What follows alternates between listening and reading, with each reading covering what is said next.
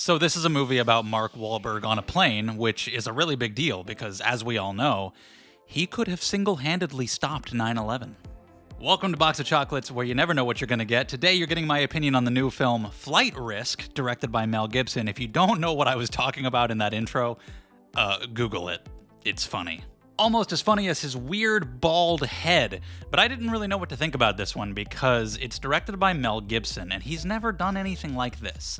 Other than his first movie, which is just like a simple coming-of-age drama, all of his other films have been these like historical epics about war or Jesus. He's never made a simple little 90-minute action movie like this, so I was wondering, okay, could he bring something special to this, or is it a paycheck? It's the second one.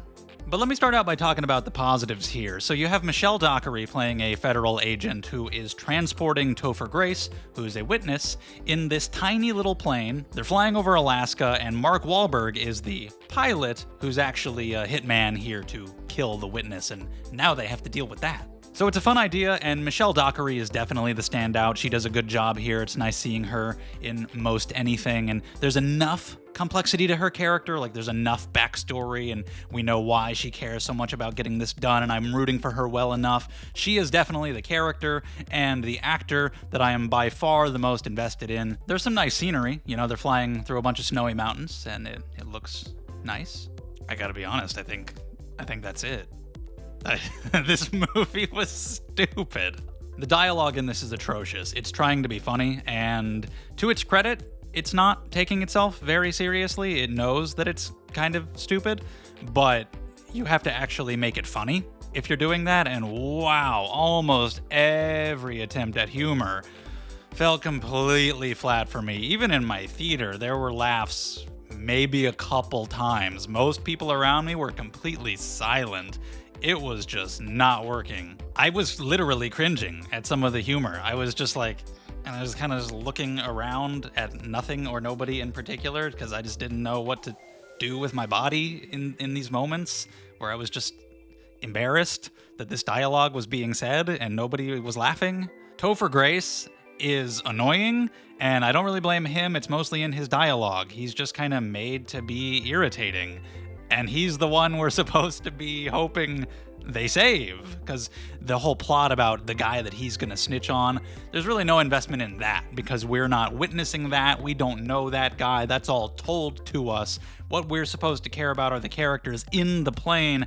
Michelle Dockery, sure, but Topher Grace, the one she's trying to protect, I didn't like him from the get-go, and the film knows you won't. They're constantly pointing out that he's annoying. She's always telling him to shut up, and I'm like, yeah, I wish he would. Why are you writing more dialogue for him? And Mark Wahlberg. Really? Whose idea was the hair? Why? It's impossible to take seriously. This is the first time he's played a villain in a long time, isn't it? Unless I'm forgetting something. It's been a long time. But yeah, not only is the dialogue completely unfunny, his performance just does not capture whatever they may have been going for with this character. He's not funny, and he's not threatening.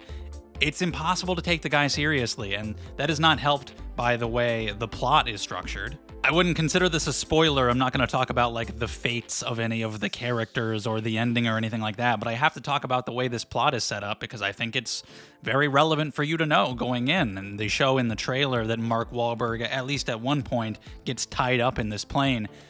That's how he spends most of the movie.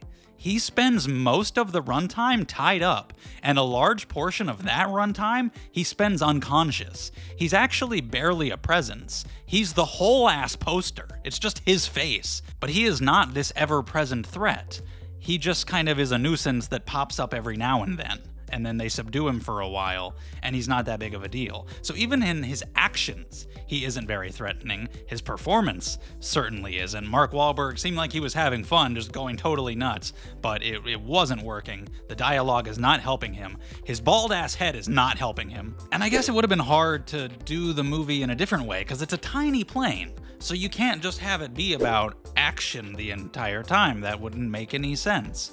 But if you're gonna do this, you need a really strong script with really strong performances. And I think you have one actor doing a really good job here, which is Michelle Dockery, and the dialogue is awful. You would need an actor and a script to give to them that makes this character threatening even when he's tied up. And you would need dialogue that's all about like psychologically messing with the other characters. You could do something really good with that.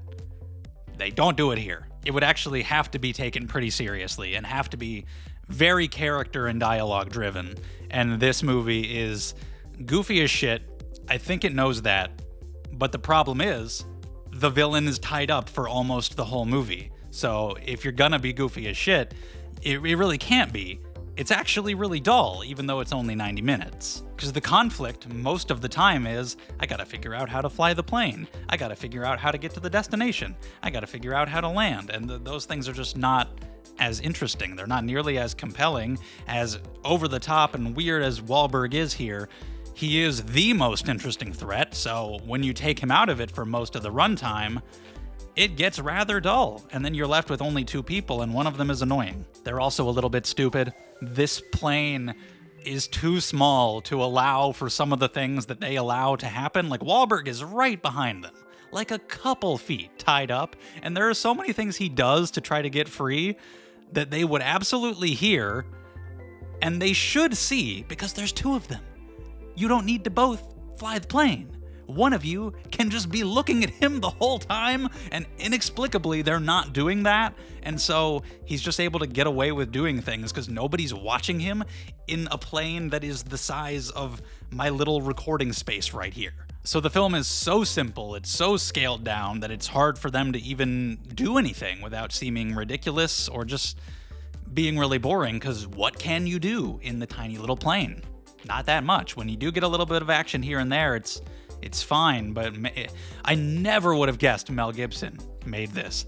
I think there were some people in my theater who seemingly didn't know, because at the end of the movie, when it popped up on screen directed by Mel Gibson, a couple people laughed. So I don't know if they just didn't know, but yeah, I would have been flabbergasted. Like, what? This isn't Braveheart. What the hell? This isn't Hacksaw Ridge. How do you go from those things to this? Like, it feels like anybody could have directed this for the most part. I don't know what his intention was. I don't know if it's just because he doesn't exactly have work offers being thrown at him a ton in Hollywood these days.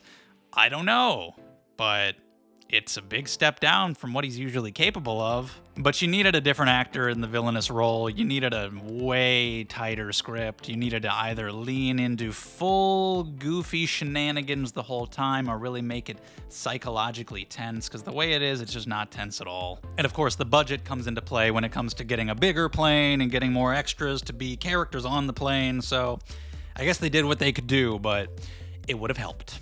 Probably a pretty simple review because it's a pretty simple movie. It's disposable, it's not very good. When there's CGI, it doesn't look so hot. It's not the worst thing in the world because it's pretty short, but it's dull even with that runtime, so I can't quite get it to an okay. We're gonna give it a 2. But that is all I have to say about that. Leave your thoughts on Flight Risk down in the comments, whether you agree or disagree. I'd love to talk to you about it down there.